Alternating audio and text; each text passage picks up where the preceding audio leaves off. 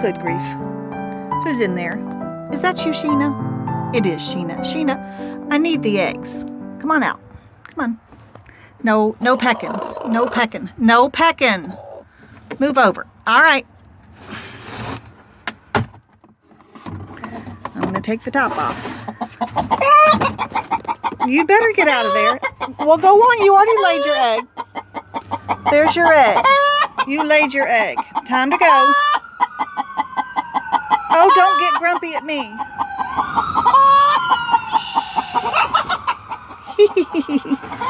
All right, let's get the others too. Oh, goodness. It's okay. Here comes Ruru. He's like, who's messing with my hen? It's okay, Sheena. You don't want the egg anyway, and I know you're not going to sit on them, and I know you're be a terrible mama. So y'all go on and play in the orchard and let me take my eggs back to the kitchen. Thank you. Aren't they beautiful? This is one of my favorite meals. This is what I make for myself in the evening. I love English muffins or crumpets. Those are my farm fresh eggs. I really, really like walnuts and prunes together. Little red tomatoes. Sometimes I do celery with peanut butter in it, or crackers and cheese. And I really, really like sliced cucumber. So this was my dinner the other night. Don't those eggs look amazing? It's a very healthy meal, and you really don't have to cook very much. Hello, my YouTube friends. It's nice to see you again. I've been very busy this past week because I'm going back to the farmer's market on Saturday, and I'm trying to remember what I take to the market and can I get it all made by then. I think I've kind of got myself together, but I've also spent a lot of time painting because I have a customer who wanted an order of 50 cards, but not my usual kind of cards, which is hang on a second and I'll get one. Okay, so this is the kind of card I usually sell, and it's a good size card. I should know the dimensions on this already, but it's about 5 by 7, sure. So it's frameable, and it comes with a matching envelope. So I make these, but she wanted something smaller. Oh, and this is, I just did this for fun one day. I painted this one, and I didn't put any ink on it. That's just watercolor.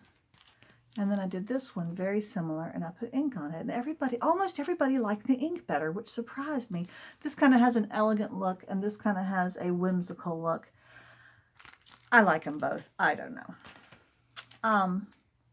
I'll tell you more about my friends' cards in a second. But I've also been trying so hard to paint a really good violet because I have another customer who would love to have some printed cards, little thank you size cards, that with envelopes that she likes my poppies.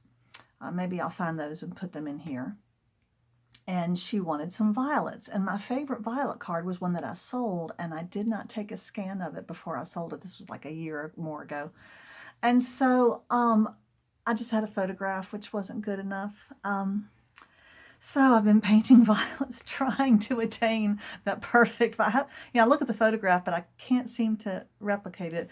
So I did about 8 violet cards. I won't get all those out. But then finally I did this one, which I thought was kind of pretty, but it's a bit pale. And if you're going to get prints made, it needs to be something that's dark enough that it's not just going to wash out as a watercolor, especially. So finally today I went out in the yard. I was picking... I was carrying my basil plants to the back porch, and I noticed there were violets wild violets, little short ones blooming in the grass. So I went and picked some and used them as my model. This helped a little bit, not surprisingly. Tasha Tudor always said to paint from live models, although a lot of her models were dead and she had pulled them out of the freezer, like mice and owls and things. So this is what I ended up with today, and I am so much more pleased. Oh, my hair's coming down, whatever. This is what I came up with today, and I am so much more pleased with that. So I made a scan of that. I do have a scanner. I don't have a printer. Isn't that funny? I don't have a printer of any kind. This is an issue. So I think this one involves so much work. I think I'm not going to sell it. I'm going to keep it. Anyway, back to my friend and her 50 cards. She wanted little cards. She didn't want them to fold. She didn't want envelopes. She doesn't need plastic sleeves. She just wants little cards because she's moving and she's going to put them in her own envelopes of some type or whatever. But she wants them more like postcards. And so they're smaller. These are 4 by 5 1/4, I think. And so she picked out some different things I'd done in the past and said, can you do something like that? So this is the first one. Can you see it's 3 balloons. It has a little tag on it. And so she's going to write in there, I'm moving, or something like that. So I did 10 of those. Okay, I mean, that's a lot of painting right there. And so she liked that image.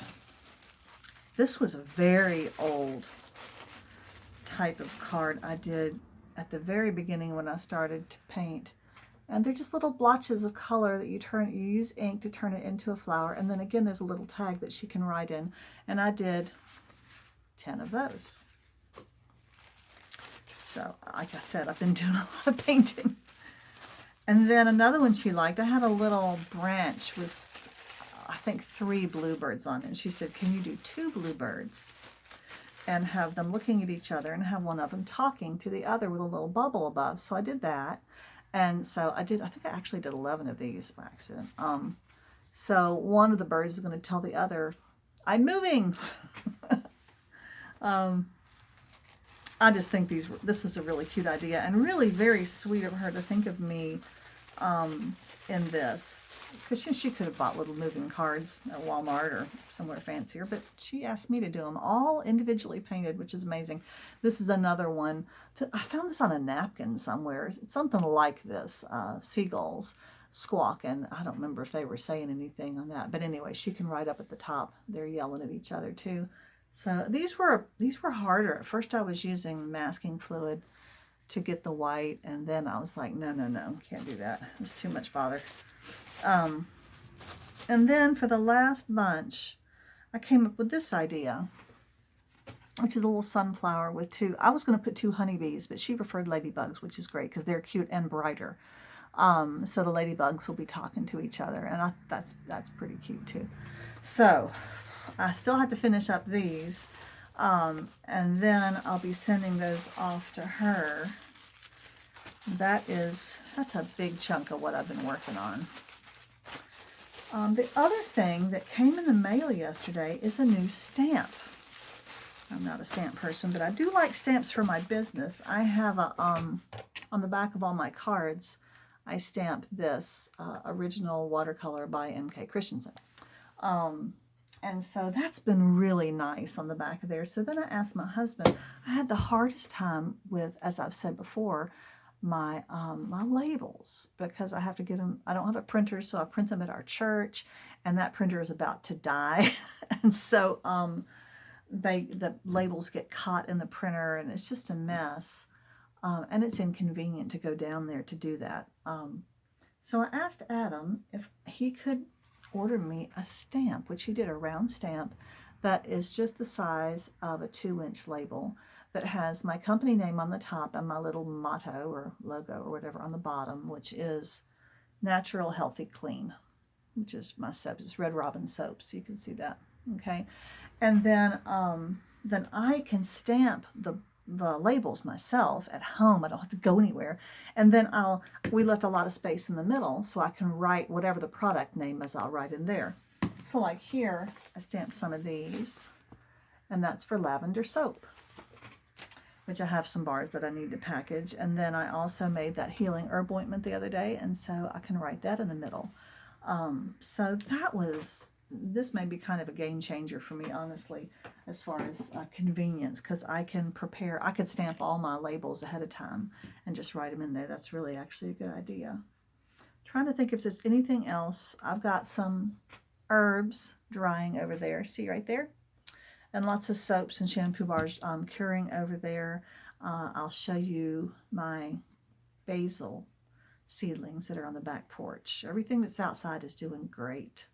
I think we're probably past our freeze date, even though it's not even April yet. And yeah, daffodils are coming along. Forsythia is in high bloom, and spring is here. So we'll see what else I have to share with you. I'm not really sure what footage I've got, but we'll put something together for you. Thanks for joining me.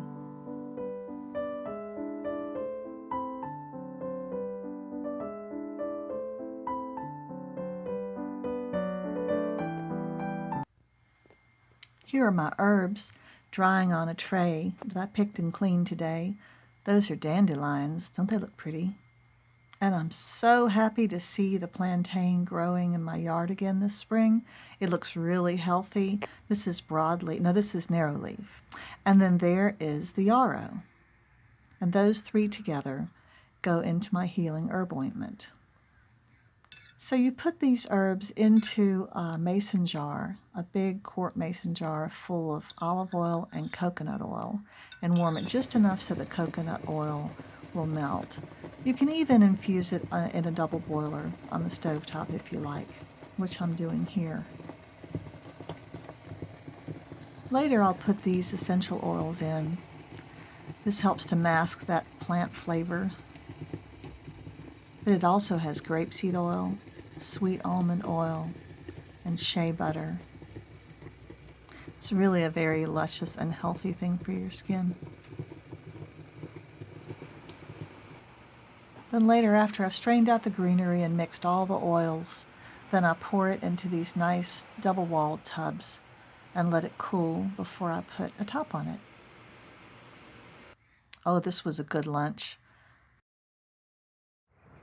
These are my basil seedlings. I took one pack of basil seedlings. These are really nice seeds. These are called So True Seed.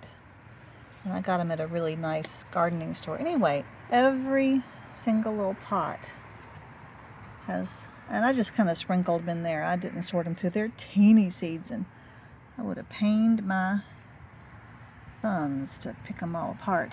So look at them. I may, when they come up and they're more mature later, like an inch or two high, I may separate them out in individual pots, because I can sell these at the farmer's market in little pots, and people like that. So there's my basil so far. Adam made us uncured hot dogs with some pico relish. Here's those violets I worked so hard on. Eventually, I think I came around to what I was looking for, but I really had to look at the real violet from my yard. It didn't do any good to think of it in my head. There they are. And here's those red flowers. A little splash of color, a little orange on the side. There's some greenery. And then if you like, add the ink. Thanks for joining me today, friends. Bye-bye.